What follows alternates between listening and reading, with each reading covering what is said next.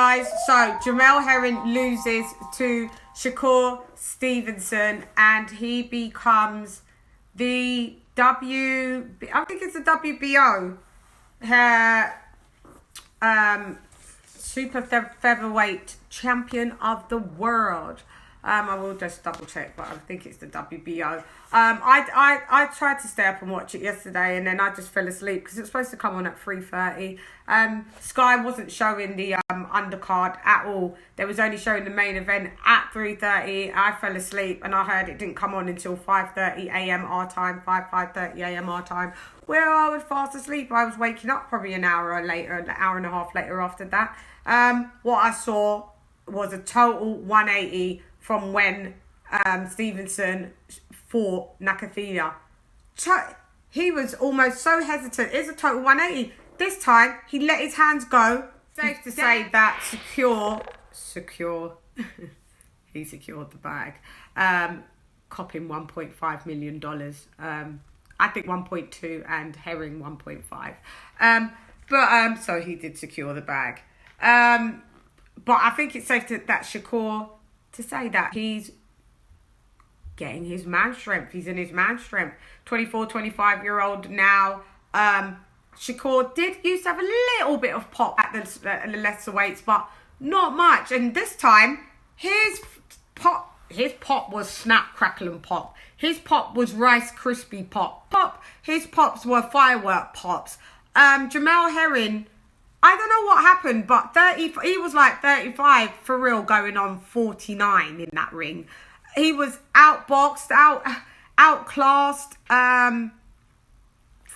out everything.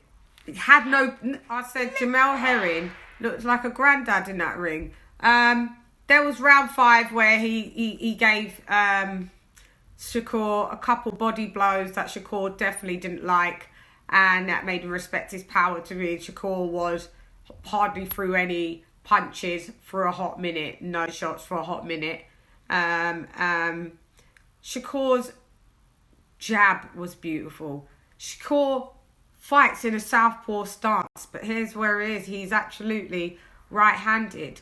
So this was the thing that was, it was southpaw to southpaw, and he was able to hit with the right that Herring just wasn't aware of, and it became a power shot because that's naturally his hard hand. But then he jabbed with southpaw, southpaw jabbed, hitting with a lead left, too much. Like his footwork, he didn't break a sweat.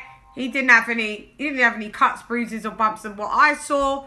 But then in the early rounds, mid-round, he gave Herring a cut above. I think it was I'm not sure. I think it was the left eye that started to, it's been before. It happened in the Frampton fight. It just seems a problem area, and the eye was swelling. I think both eyes were kind of swelling. Like it's in the end swelling shut.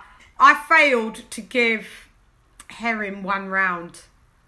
I didn't give him 1 round. I forget the round what he shut him out in. The ref, in my opinion, I think it was round 10.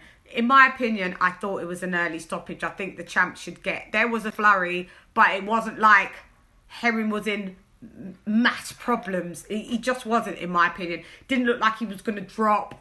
Yeah, I think the ref should have just gave a little more time, but it's ref discretion. I didn't see Herring complain. I didn't see Herring's team. I didn't see Bomac complain. Bomac was giving some good instructions in the corner.